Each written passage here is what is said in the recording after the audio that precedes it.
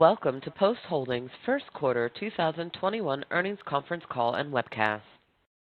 Hosting the call today from Post are Rob Vitale, President and Chief Executive Officer, and Jeff Zadoks, Chief Financial Officer.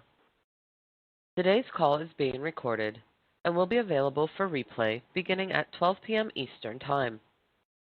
The dial-in number is 800-585-8367, and the passcode is 1539554. At this time, all participants have been placed in a listen-only mode. It is now my pleasure to turn the floor over to Jennifer Meyer, Investor Relations of Post Holdings, for introductions. You may begin. Good morning, and thank you for joining us today for Post's First Quarter Fiscal 2021 Earnings Call. With me today are Rob Vitale, our President and CEO, and Jeff Zadoks, our CFO. Rob and Jeff will begin with prepared remarks, and afterwards we'll have a brief question and answer session. The press release that supports these remarks is posted on our website in both the Investor Relations and the SEC filing sections at postholdings.com. In addition, the release is available on the SEC's website. Before we continue, I would like to remind you that this call will contain forward-looking statements which are subject to risks and uncertainties that should be carefully considered by investors, as actual results could differ materially from these statements. These forward-looking statements are current as of the date of this call, and management undertakes no obligation to update these statements. As a reminder, this call is being recorded, and an audio replay will be available on our website. And finally, this call will discuss certain non-GAAP measures. For a reconciliation of these non-GAAP measures to the nearest GAAP measure, see our press release issued yesterday and posted on our website. With that, I will turn the call over to Rob. Good morning. Thanks, Jennifer, and thank you all for joining us. The year started with a quarter very much in line with our expectation, and the first half is shaping up in the same manner. Our expectation remains that EBITDA will dip in Q2 and will accelerate in the second half versus the first half. After I briefly review the business, I will share some additional color regarding our expectations. Our U.S. cereal business had a solid quarter, however, it was hampered by supply constraints. During November and December, our COVID absenteeism at our Battle Creek facility required us to temporarily suspend production for one building. In fact, this resulted in the highly publicized grape nut shortage. Production was also suppressed on honeycomb and peanut butter products. We are back to full production, but it will take through early spring to restore inventory levels. We estimate the first quarter impact was lost revenue and adjusted EBITDA of approximately $10 million and $6 million, respectively. Longer term, COVID has revealed some areas in which we can improve supply chain effectiveness and efficiency. The demand surges and the supply pressures are testing our demand planning and production planning. These learnings are constructive, and we expect to emerge from COVID with improved processes. While most pronounced at Post Consumer Brands, supply chains across the company are learning and improving from the experience. For some time, we have sought more fundamental cereal category innovation. While quite early, I am cautiously optimistic about two of our efforts. Premier Protein cereal has launched with great success at limited distribution. This launch combines our heritage strength in cereal with our competence in protein, and we believe delivers great tasting cereal with high protein. Second, we have launched snacking products which leverage our iconic brands into more rapidly growing day parts. Weetabix continues to perform exceptionally well. COVID has helped the category, and Weetabix has gained share in the category. Similar to the U.S., we have an intriguing innovation pipeline that we will soon introduce. Our core refrigerated platform, the Bob Evans side dish business, continues its rapid growth by increasing consumption dollars 21% over last year. Volume grew a healthy 11%. Meanwhile, our retail branded egg business also turned in a solid quarter, with volumes increasing 13%. The weak spot remains our cheese business. In addition to commodity price volatility, production delays from a co-packer resulted in lost sales volume. BellRing will be holding a separate call. The business continues to rapidly grow its core ready-to-drink franchise. Transportation costs accelerated faster than expected and pressured gross margins. we expect to mitigate the margin pressure in Q3. Further, we are excited to share that Dymatize 2 is growing nicely. You will have seen BellRing reaffirmed its guidance for the full year. In 8th Avenue, we continue to be encouraged by recent trends. Like several of our categories, peanut butter is supply constrained. We also expect 8th Avenue to be more active in looking to add to its portfolio. That leaves food service, which has borne the brunt of the COVID burden. We had an encouraging quarter in that there is a near perfect correlation between our increased demand and the loosening of COVID restrictions. As expected, late in the quarter, restrictions tightened in many key markets across the country. That pressured demand early in Q2 with an expectation that it reverses entering Q3. Because of the reduced demand, non-contracted pricing is generally weak. Therefore, the EBITDA decline remains more than linear to the volume decline. Category capacity has not expanded. In fact, it has modestly declined. Therefore, we expect this will reverse with demand recovery. Finally, the quarter saw the beginning of what has turned into a rather substantial run-up in commodity costs. Our pass-through pricing model captures this increase, but there is a lag between the cost change and the pricing change. Jeff will speak more about this. In terms of recovery, we remain highly confident across the channels, with the possible exception of business travel. We expect business travel to lag recovery in other segments. So to summarize, we have a growing confidence in demand recovery and its implication on profitability, but we remain cautious in trying to estimate the timing of the full recovery. With respect to capital allocation, we have been quite active. This quarter and continuing into the second quarter, we were aggressive in repurchasing shares. We also announced 2 tuck-in acquisitions that we expect to be highly accretive. Both have since closed. As I mentioned last quarter, there seems to be more opportunities available than since the pandemic started, and we have an interesting pipeline. I want to close with some comments on our outlook. We gave first half outlook in November and continue to expect to deliver on it. The implied sequential decline from the first to second quarter was planned. We continue to expect the second half to materially outperform the first half. The 2 key drivers of this cadence are, first, BellRing's normal quarterly promoted pricing fluctuations and the timing of its marketing spend. The results in Q2 being a slow point, with the second half materially more profitable. And second, our planning assumed food service would dip in the second quarter as a result of tighter COVID restrictions during the winter months.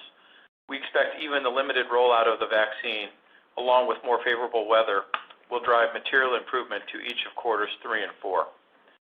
The more effective and rapid the vaccine rollout becomes, the more material we expect the improvement to be. Again, this is entirely consistent with our planning assumptions. The increase in grain prices exceeded our short-term expectations, but we plan with sufficient conservatism to allow for this type of short-term volatility. In closing, we expect to meet our targets for the first half, and with the additional clarity we hope to have when we announce second quarter, we intend to then provide specific second half guidance. With that, I will turn the call over to Jeff. Thanks, Rob, and good morning, everyone. Consolidated net sales were $1.5 billion, and adjusted EBITDA was $284.4 million for the first quarter. Although the COVID effect was less pronounced when compared to prior quarters, each of our businesses continues to be impacted by COVID dynamics. Starting with Post Consumer Brands, net sales grew 1% while volumes were flat. Favorable mix drove a 1% improvement in average net pricing. Legacy Post branded cereals had a great quarter, with sales up 9% in the aggregate. Partially offsetting this results were declines in private label and government bid business, as we intentionally exited certain low-margin business, as well as softness in licensed brands and multi-meal bag cereal. Adjusted EBITDA increased 3.6% compared to prior year, reflecting the net pricing benefit and SG&A reductions. Offsets to this growth were manufacturing inefficiencies, inflation in raw materials and freight, and increased COVID-related compensation, screening, and PPE expenses. And as Rob discussed, Post Consumer Brands results were achieved despite COVID-related shutdowns and employee leaves at our Battle Creek facility. Weetabix net sales increased 11.8% over prior year. This reflects 8.3% and 0.7% improvement in volume and average net pricing, respectively. Volume growth benefited from increased at-home consumption, particularly for cereal biscuits. We also saw solid growth in extruded product sales, private label, and exports. The export growth was partially driven by shipments that accelerated ahead of Brexit. A stronger British pound to U.S. dollar exchange rate resulted in an approximate 280 basis point tailwind to the net sales and adjusted EBITDA growth rates. Overall, Weetabix segment adjusted EBITDA increased 16.9%. Our food service business continued to be significantly impacted by COVID, with net sales and volumes declining 16% and 20% respectively. Our acquisition of Henningsen Foods was a slight benefit to these results. Additionally, volumes benefited approximately 370 basis points from our participation in government-backed food initiatives, such as the USDA Farmers to Families Food Box Program. Our participation in these programs largely came to an end in November. The overall food service declines continue to reflect lower away-from-home demand in reaction to COVID. Our volumes continue to be highly correlated with the degree of restrictions imposed on consumer mobility and gathering. As the first quarter progressed and COVID counts and restrictions increased, we experienced a corresponding decline in demand, which continued into January.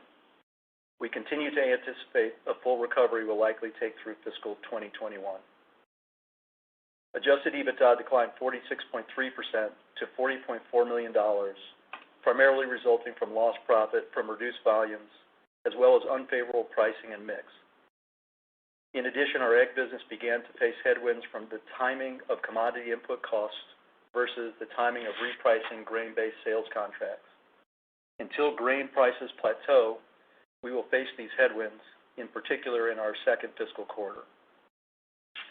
Refrigerated retail net sales and volumes increased 5.3% and 1.1% respectively. Side dish volumes grew 13%, reflecting strong growth for both Bob Evans and Simply Potatoes. Partially offsetting this growth were declines in egg, cheese, and sausage volumes. Overall net pricing improved, reflecting favorable mix, targeted side dish price increases, and higher branded cheese pricing. Growth in sales and volumes led to an 18.3% year-over-year improvement in refrigerated retail segment adjusted EBITDA. Higher side dish manufacturing costs, freight inflation, and higher sow input costs were offsets to this growth. BellRing net sales increased 15.7% and adjusted EBITDA increased 3.6%. Premier Protein sales increased 17.4%, driven by distribution gains for both existing and new products and incremental promotional activity. Dymatize net sales increased 16.2%, driven by distribution gains. You can hear further detail about BellRing's results on their conference call later this morning. Turning to cash flow, we had a strong quarter, generating $114.5 million from operations, including $23 million from BellRing. We had favorable working capital trends and benefited from the timing of interest payments, which are lower in our first and third quarters. Our net leverage at the end of the first quarter, as measured by our credit facility, was approximately 5.7 times. During the quarter, we repurchased 1.7 million of our shares at an average price of $93.43 per share. Between January 1st and February 3rd, we acquired approximately 800,000 additional shares at $97.48 per share. On February 2nd, we received a new board authorization for up to $400 million in share repurchases. This replaces our prior remaining open authorization. With that, I'd like to turn the call back to the operator for questions. Operator? Thank you. The floor is now open for questions. If you wish to ask a question at this time, simply press star, then the number 1 on your telephone keypad. If at any point your question has been answered, you may remove yourself from the queue by pressing the pound key. Our first question comes from one of Andrew Lazar of Barclays. Good morning, everybody. Morning, Andrew. I guess first off, Rob, I'm curious, is there any reason to think that margins in the food service segment would be sort of structurally different, either higher or lower when demand returns to pre-pandemic levels? Because, I heard you kind of discuss supply chain learnings really across all of the segments in the business. And just trying to get a sense if there's been any learning specifically in food service that make you feel that maybe there's some opportunities on the upside when ultimately demand returns. Yeah, I think there are some puts and takes. I think that we have had some learnings that will improve our supply chain. We have continued to invest capital to drive productivity, and we continue to see, as I mentioned, some modest decline in overall category capacity. However, on the other side, on the demand side, and this gets a bit crystal ballish, the most likely scenario would be that the customers that gain share as a result of the pandemic are the larger chains that tend to have better volume pricing. So there may be some offsets on pricing that are matched by improvement on cost. Where that exactly balances out yet is a bit early to predict, but there are certainly some puts and takes. Okay.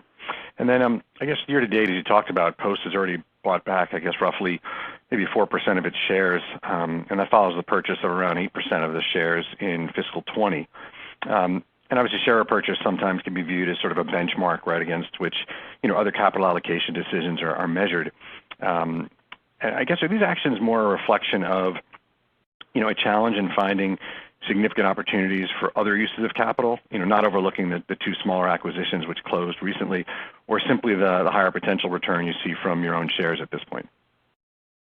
Well, as I think we've talked about on prior calls, we think of it as a hierarchy of decision making, and one is, have we vetted all the internal opportunities for capital expenditures? Assume that is a yes. And then, is there a compelling need to deleverage? Assume the answer to that is no. And then how do multiples compare for opportunities that are external versus opportunities that are internal? And what I would share with you is that when we're that active in buying our shares, I think the assumption would be that the multiple is much more attractive on an internal than an external basis. That does not mean that there aren't interesting opportunities abound. It means that there are some multiple disparity that we're not ready to address, and we may need to look at more creative solutions if we want to advance more structural M&A. Okay. Thanks very much. Thank you. Our next question comes from one of John Baumgartner of Wells Fargo. Good morning. Thanks for the question. Hey, John. Rob, I wanted to ask, just big picture. During the last couple of years, Post shifted its focus from bolting big platforms onto the core to more of a focus on organic growth. And now we're seeing the extension of Pebbles from cereal into Dymatize, Premier into cereal. You mentioned some forthcoming activity at Weetabix UK as well. So, it seems that the integration and collaboration is much tighter at this point. So, not sure if I'm reading into it too much, but can you speak to this as an insider? How are you changing or tightening the sharing of market analytics and ideas and segmentation, internally across the businesses? Well, I think if you reflect on the way Post is organized, we think about it as a bit of a hub with the operating companies being the spokes. And in order for there to be good collaboration across the organization like that, a certain amount of trust and relationships have to develop, and that takes time. So, if you look at the period from, 2013 to 2017 or so, when we were pulling this together, it was a pretty steady flow of new faces and new businesses, and there was step one, which is, get to know those businesses, make sure we understand the strengths and weaknesses over time as opposed to just in the rush of diligence. And then, the next more nuanced phase is trying to find those peer-to-peer opportunities to collaborate, which you've just described. And I think it's a really significant opportunity for the business to work together to leverage where we have strengths and mitigate where we have weaknesses across the business. And I think that's one of the real nuanced upsides of the portfolio that we've built. And I couldn't be happier with the way some of these brands are crossing the portfolio, specifically the ones you mentioned, with Fruity and Cocoa Pebbles now being the fastest growing protein powder in the country. And, the comment I made about Premier Protein cereal, which, again, while it's early, I'm very optimistic about. Great. Thanks, Rob. And then, Jeff, just one for you real quick. You mentioned some expenses for PP&E in your prepared comments. How are you thinking about the year-on-year COVID expense relief as you get into the back half of F21 or even thereafter? I mean, how much of the expenses do you think are temporary versus more permanent in nature? Thank you. Yeah, the magnitude of the costs that we incurred this quarter are in the neighborhood of about $5 million for those sorts of things. But about half of that was for labor-related costs. And I'm excluding the commentary that Rob had about the Battle Creek profit, by the way. So this is incremental to that. So about half of that cost was for things like PTO for people who are either quarantined or sick, and for overtime for people to replace those lost hours. We would expect, obviously, that sort of thing to go away when we get to more normal times. But the remaining, call it $2.5 million or so, that related to PP&E or other, cleaning costs and those sorts of things are likely to be more permanent in nature. Okay. Thanks, everyone. Our next question comes from the line of Bill Chappell of Truist Securities. Thanks. Good morning. Morning, Bill. Hey, Rob, I'll ask both questions on one sentence you had in your prepared remarks. Can you talk a little bit more about what highly accretive means for these recent acquisitions? Any more learnings or synergies or thoughts like that? And then maybe give some more color on highly interesting pipeline of deal activity. Just kind of, not necessarily that you're going to talk about what you're going to buy next, but are you looking more or less in food service? Are you looking more or less in retail? So just trying to understand if your focus has changed as it has over the past kind of year as valuations have moved up and down. Yeah, so I would characterize the highly accretive as opportunities in which we're buying well below the post multiple, and that's a result of purchase price and synergy realization. It also includes some tax benefits. So, significant discounts to where Post is trading. In terms of the current pipeline, as you point out, there's not much that I really can say. But what I can tell you from both the quantitative and qualitative perspective is that it is increasing.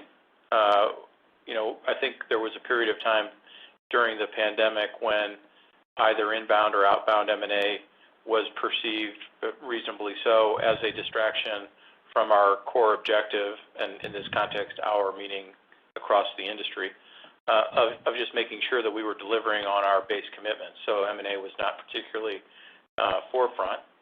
And I think that sense is passing. So the sheer quantum of opportunities is increasing. And in terms of qualitative, the opportunities that we're looking at are near in, because of the answer that I gave about the hierarchy of our M&A decision making. If we're going to look at M&A right now in a traditional structure, it tends to be closer to some component of our business where we can drive operating synergies and get that multiple where it needs to be to justify the investment. Got it. I'll leave it at that. Thanks so much. Thank you. Our next question comes from the line of David Palmer of Evercore ISI. Thanks.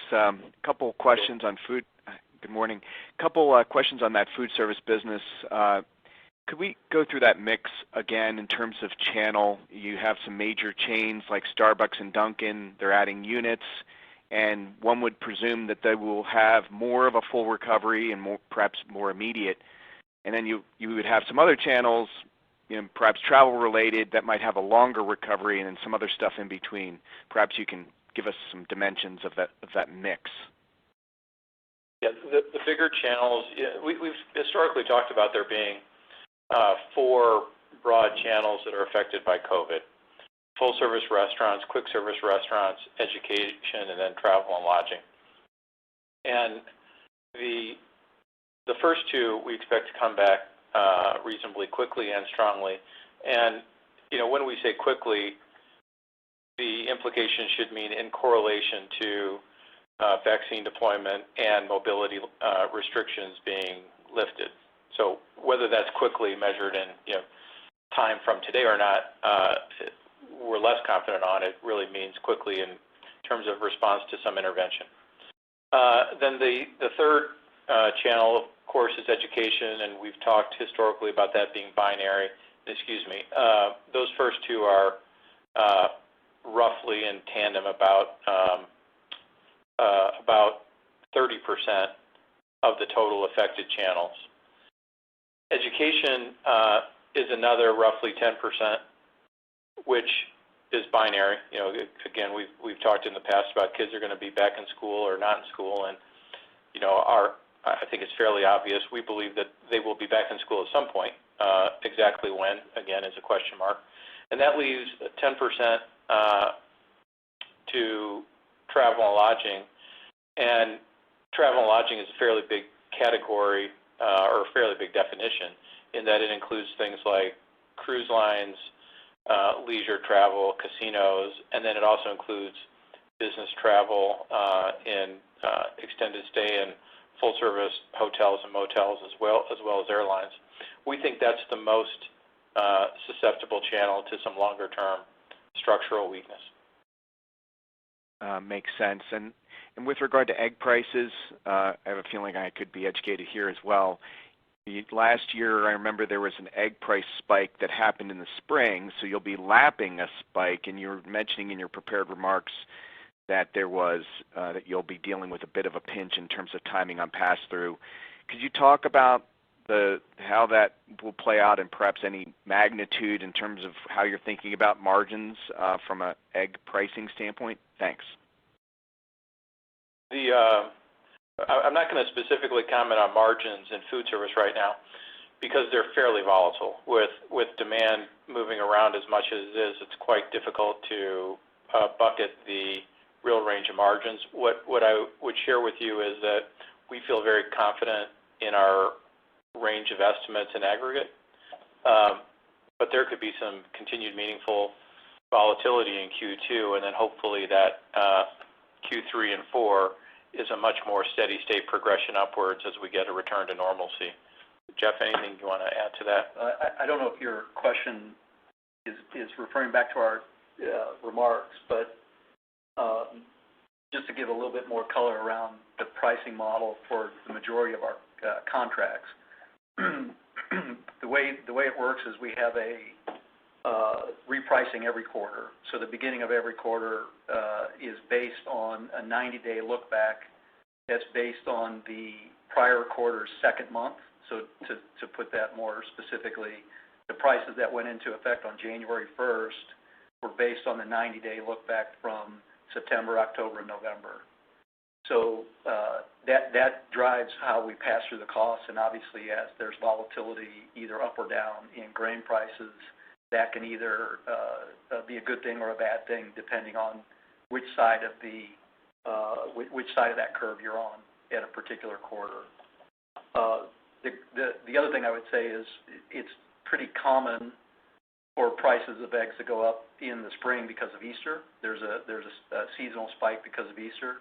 Whether we see that this Easter or not is obviously hard to say given the pandemic situation, but in normal times you'll see that spike every spring.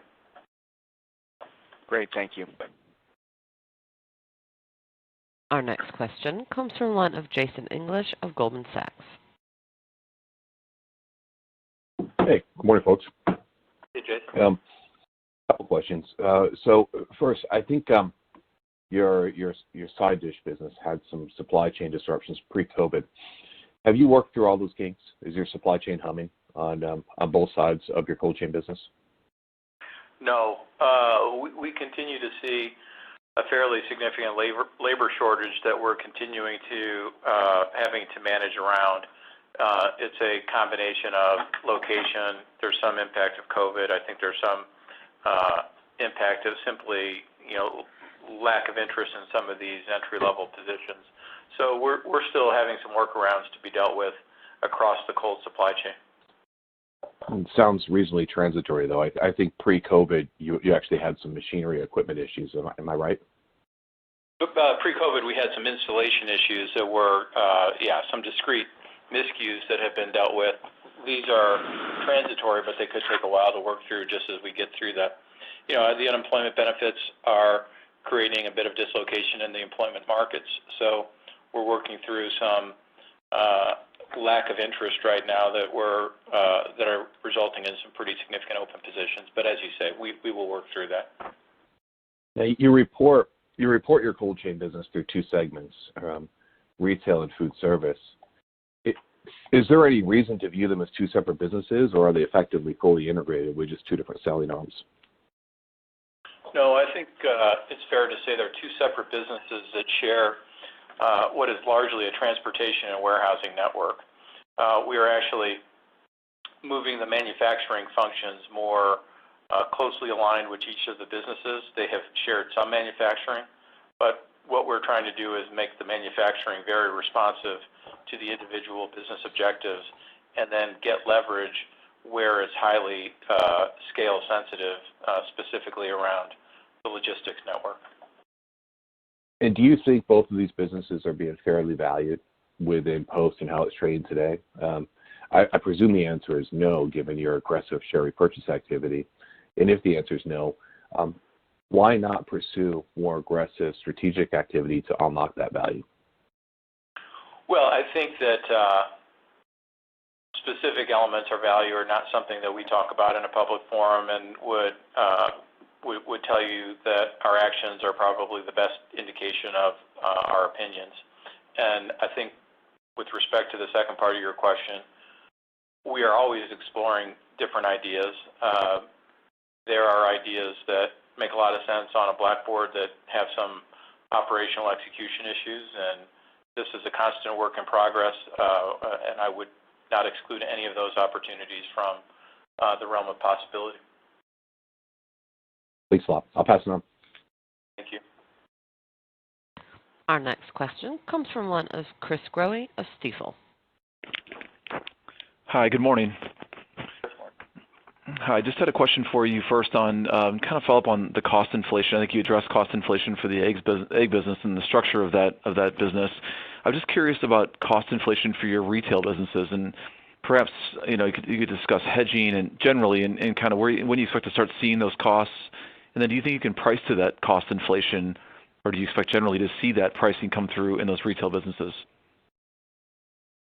So inflation is fairly apparent across our portfolio right now, as you would expect, and within our grain complex, we've got good coverage for the most part, through the balance of this year, and the implications of inflation are more oriented towards how we think about pricing, trade, and cost reduction in fiscal 22. We would expect to be able to protect that inflation. Exactly how we do it at this point is too early to answer.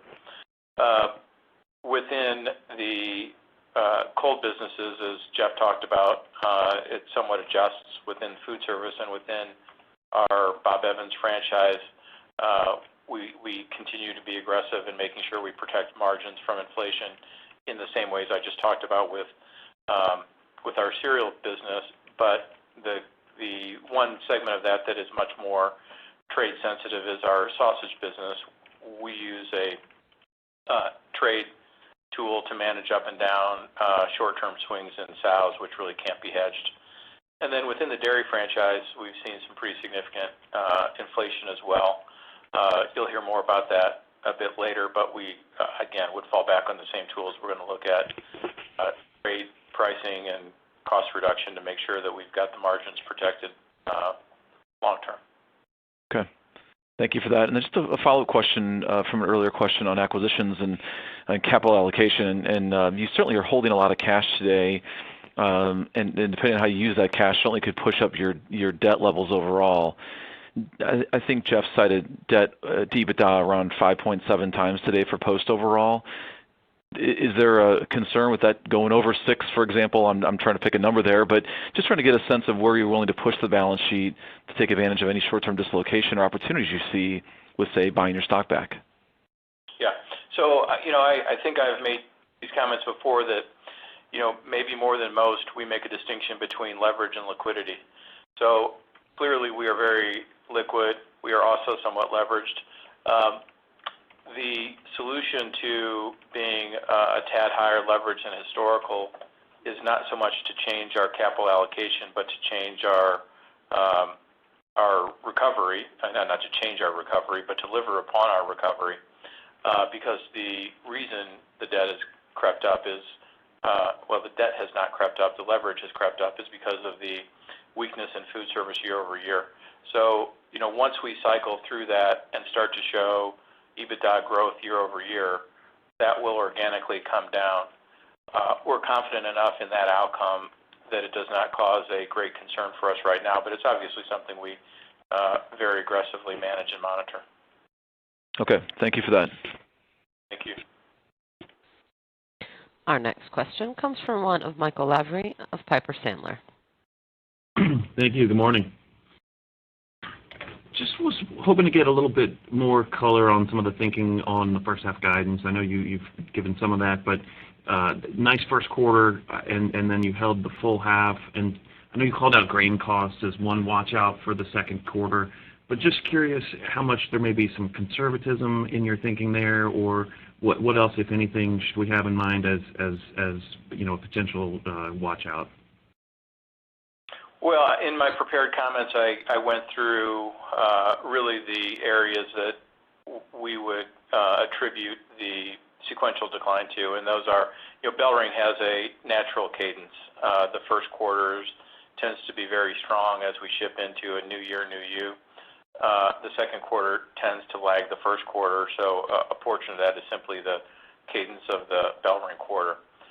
The balance of it is really specific to food service and directly related to COVID, in that we saw and expected the highest incident rate to come with the coldest weather pre-vaccine. I think if you recall last quarter, I called out that our second quarter would be the most challenging to forecast simply because of all the ambiguity around where we are in COVID vis-a-vis infection rates and vaccine. That has proved to be true. The infection rates, of course, soared in November, December, and then when that does, our volumes decline. And then, so one, BellRing, two, COVID restrictions, and then the third is the move in commodity prices was the one that was not baked into a planning assumption, but we had enough conservatism to absorb. We feel very good about the balance of the half, and again, we feel confident in the acceleration into the balance of the year. In terms of how much conservatism is, I don't know. You're conservative until you're not. We think it's the right approach, but we live in uncertain times, and only time will tell. Thank you. That's helpful.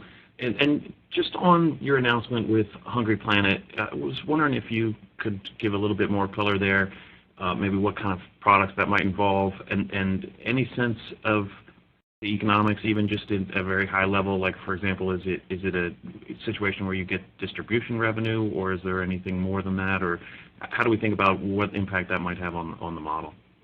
Sure. There are two sources of economic opportunity. One is we wanted to have a plant-free offering for both our food service and retail business. We think that both of our franchises in food service and retail need that offering, and it was a buy or build decision. It would have taken us years to get to where Hungry Planet was if we attempted to do it on an internal basis. If you recall, we had previously mentioned a distribution arrangement with Just Egg. So we're trying to make sure that we've got an appropriate both defensive and offensive posture with respect to the whole move towards plant-based proteins. So first, it's a distribution agreement on both sides of our retail and food service cold chain. Secondly, we made an equity investment, a modest equity investment in Hungry Planet, and we have a meaningful ownership position with the ability for that position to increase with a series of options if the opportunity proves to be valuable. Okay, great. Thank you very much. Thank you. Our next question comes from one of Rob Dickerson of Jefferies. Great. Thanks so much. Rob. Hey, how are you? Just a question for you, Rob. Kind of more broadly, just in terms of the, kind of prior acquisitions you've done as of late, and then kind of the go-forward pipeline and thought process. Obviously, kind of historically, you do still have kind of a protein tilt to the business, obviously, right? And you have Hungry Planet, as we just mentioned. There's Peter Pan. I saw there's a small kind of, smaller, more venture investment in Pitos, and then Almark, obviously, too, is still egg. So, like if we step back and think about kind of where Post was even just a few years ago, where we are today, that protein theme, is still existent and seems like it's getting bigger. So, as you think kind of going forward, is that like really, part of the positioning and the strategy? I mean, there's the plant-based side, but you have alternative, right? You have protein snacks. Sounds like you might want to get more into snacks. I'm just trying to think about kind of what the broader go-forward strategy is in your positioning with the retailers. Thanks. Well, in each case that you highlighted, we were attempting to either add a capability or add something that was very close to the portfolio and could be tucked in at a very attractive price. I wouldn't characterize it as we sought to be more protein-oriented or we sought to be any other more macronutrient-oriented. If we had an interesting opportunity in cereal or in cheese or in some other segment that shored up a weakness or expanded a strength at a reasonable value, we would pursue it. We tend to be more opportunistic than to say we want to be bigger in a particular macronutrient or a particular segment, so we're much more value sensitive on that front. The small Pitos acquisition you mentioned is very, very small, well smaller than what was reported, and it is, we have a notion that we want to be more entrepreneurial, and realize, we're not really sure what that means, so we decided to really to make a small investment in an entrepreneurial company so we could try to understand even what we mean by that. So I wouldn't read too much into that, other than, we are willing to pay some tuition in order to learn some skills, and that was what that was about. Okay, fair enough. Makes sense. And then just quickly, kind of back to the, cost inflation / pricing, potentially promotional topic. Just in terms of cereal, right? Obviously, cereal's done well through the pandemic. You continue to execute well. Business seems sound. Every company is speaking, about trying to retain, increased household penetration. But what does that mean, right? Is there more, brand spend required to kind of retain that household penetration? Is there more promotional activity forthcoming, kind of on the heels of some, grain-related inflation? So how do you kind of foresee that back half of that year in terms of the competitive dynamic within the category and kind of how you execute through it? And that's it. Thanks. Yeah, I mean, it's a tough question. I think that as we begin comping the COVID surge, I think it'll be interesting to see how everybody across the food landscape reacts, and whether there becomes pressure to try to accelerate that volume and be aggressive on pricing, or just recognize that that's going to be a tough comp to measure against. So, I don't particularly worry too much about specifically what happens in the back half relative to our prior year. We're looking at the back half relative to the performance in the first half, which is what we've been trying to benchmark against, so that we can see that the overall business is getting back to where we expect it to be. I think the question that we spend more time on is, following the totality of this 2-year period, what has the experiment and all this trial meant to the long-term growth rate of these categories? And our assumption is that it's a positive number. Whether that's a positive 1 or a positive 3, I think there's an element of putting your finger in the wind, but we think it's a positive number and has implications on how we think about innovation, capacity management, and well beyond. Okay, great. Thanks a lot. Thank you. Our next question comes from one of Ken Zaslow of Bank of Montreal. Hey, good morning, everyone. Yeah. My first question is, can you talk about your private label cereal business? You know, you would think under a recessionary environment that there would be greater share that can be gained by private label. That obviously has not been the case. One could argue about stimulus checks, things like that. But how do you foresee that business emerging out of COVID, and to what extent does that either balance or cannibalize any part of the other businesses? Can you talk about that first? Yeah, I've said before that going into this, we would have expected private label to perform better than it has broadly, not just in cereal, and have speculated that there is a supply side equation here, that as supply chains got tested, that private label was not able to maintain the same surge in output because of the SKU count that it's forced to maintain. So that to some extent, there is a supply phenomenon translating into what looks like a demand phenomenon. And I stress to some extent because there's a very persuasive counter argument that consumers are reverting to brands that they know, et cetera. But I would continue to contend that there's a meaningful supply side dynamic. I believe that will pass, and that the normal trends that drive private label will resume, and that private label continues to have a perfectly reasonable outlook once it gets past this very choppy period of time. So we are no less interested in developing our private label business than we were, with the caveat that while we are demand constrained, we are making some choices to not participate in some of the more marginal private label businesses that Jeff referenced in our decision to walk away from in his comments. Okay. My next question, and I'll leave it here, is the cereal category seems to be almost aberrational across the packaged food group, right? The cereal category continue to promote promotions despite probably the absence of needing to do it. They're going to face increased commodity pressure. How does that play out in a competitive set to be able to offset the pricing, the input cost inflation in an environment where the competitive set seems to have intensified, and one could almost argue maybe a little bit irrational? Can you talk about the category dynamics? And I just feel like it's aberrational relative to the other categories across basically packaged food. Ken, it's a terrific observation, great question, and one that I have no intention to answer. Oh, it's fair enough. I'll leave it there then. Thank you.